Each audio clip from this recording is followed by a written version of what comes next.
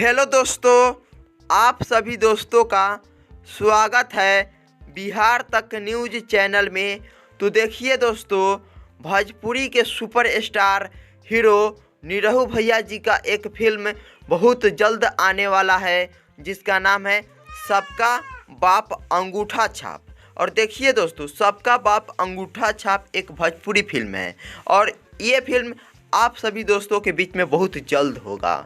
और देखिए दोस्तों, सबका बाप अंगूठा छाप फिल्म का शूटिंग मुंबई में हुआ है और इस फिल्म में मेन किरदार का रोल निभाए हैं निरहू भैया जी और अमरपाली दुबे जी का भी रोल आएगा।